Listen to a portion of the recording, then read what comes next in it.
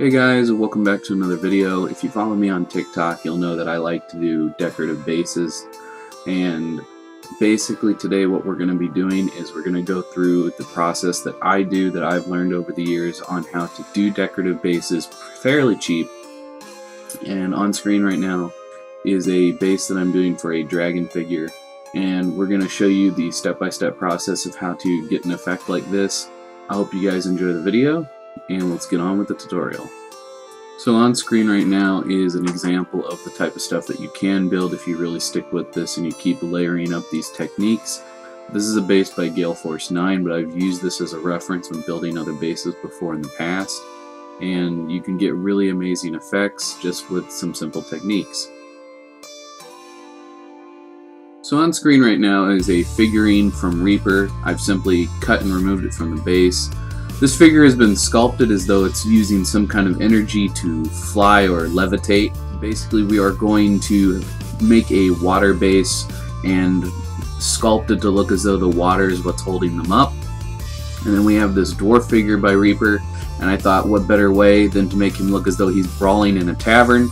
So I'm going to teach you guys how to do wooden floors. So let's take a look at some of the materials we're going to be using. Lexel, it's a clear epoxy.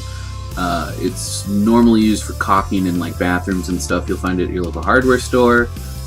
Some blue foam, also known as extruded polystyrene. You may be able to find it in different sizes in your area. Again, available at hardware stores.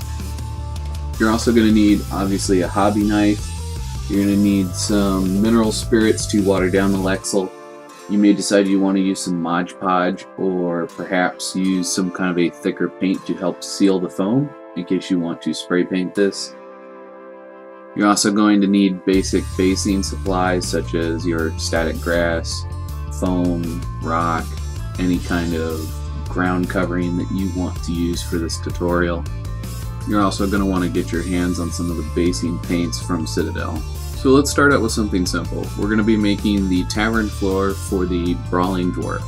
You're also going to want to pick up some of this really cheap craft foam. You can find it at all different places. I got mine at the dollar store. And we are going to use this to create almost like a running board or an edge board for, let's say, like a trap door.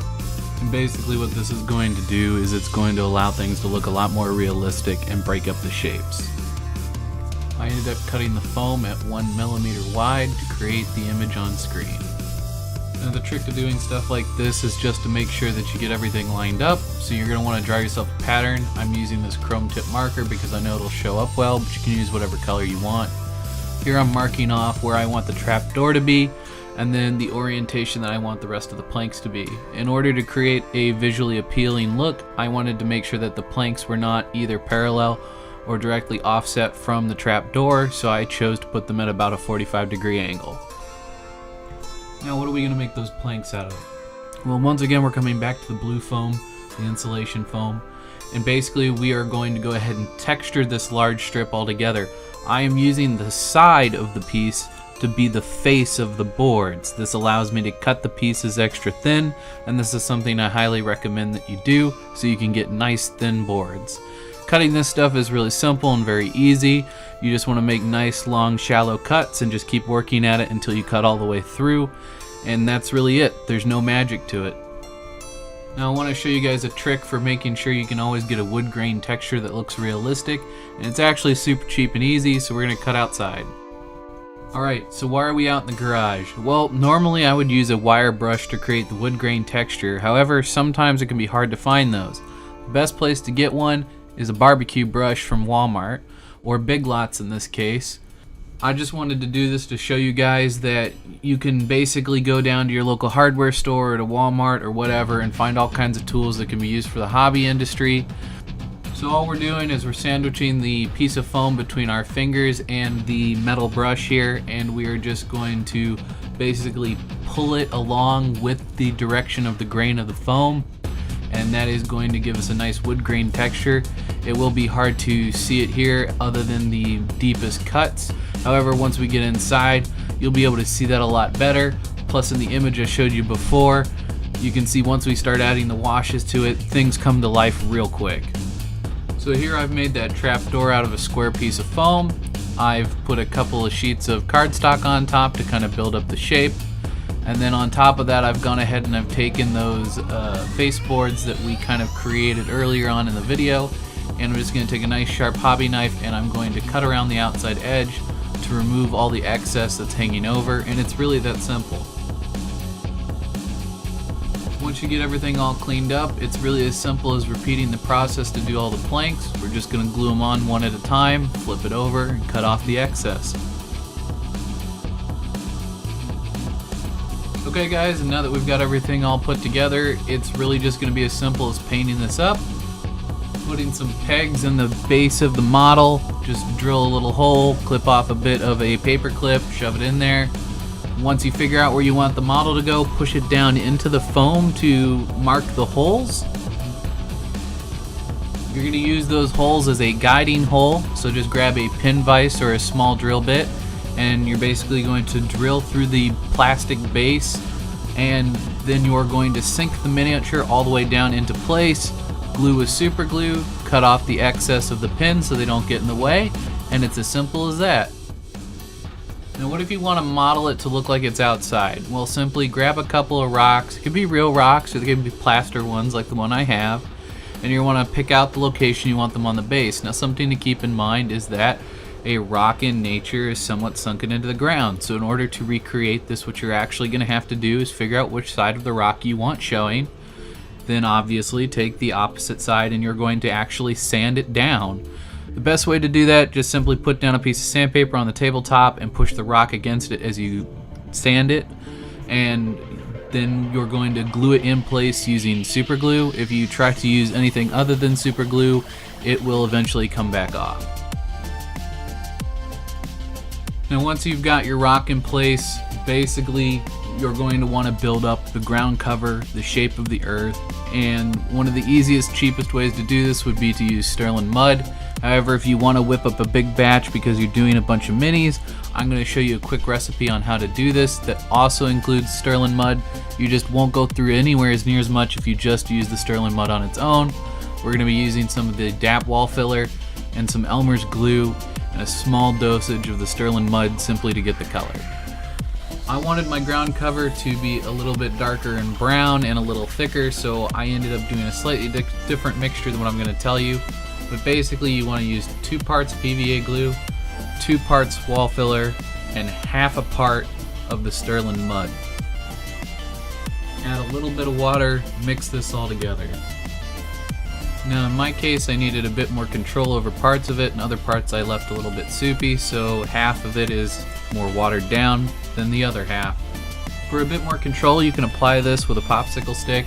I just put it on with my finger, and as you can see here, it gives it a nice dynamic texture. Word of warning at this point, the Lexel is not really designed as a water effect. This is meant to keep water out. This is a silicone type caulk, and I am using this as a water effect. It is one of the easier products to work with, however it does melt most of the plastics I was using to try to mix it in, hence why I'm using the bottom of an old soda can. I am having to mix this using mineral spirits. Mineral spirits will eat plastic.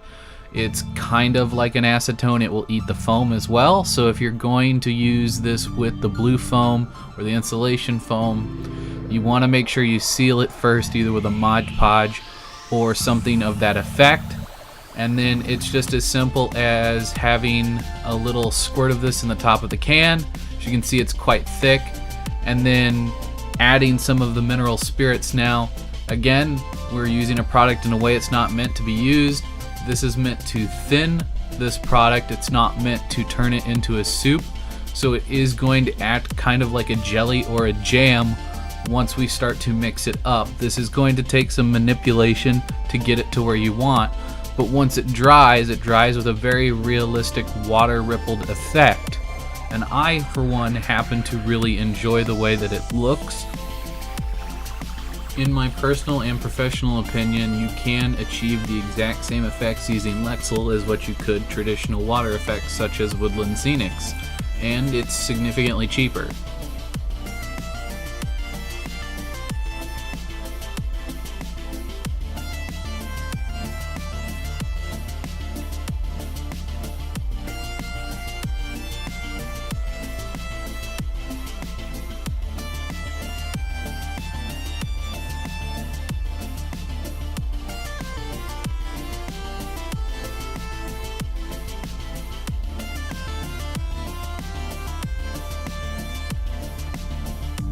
you can see with the miniature in my hand, the water effects were quite choppy, so I ended up adding a little bit more in the watered down state to try to smooth things out a little bit, and then went in with a mild white dry brush to get the effect you're seeing in the image in the bottom left.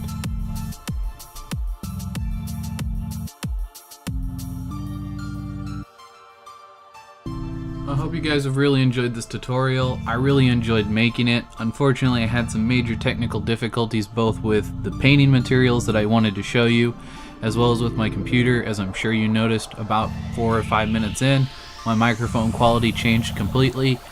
Sometimes things happen. If you guys have any suggestions for things you'd like to see in the future, feel free to suggest them in the comments. I plan on doing a video on how to do flagstones and things like that, and to basically get a lot closer to that Gale Force 9 model that I showed near the beginning.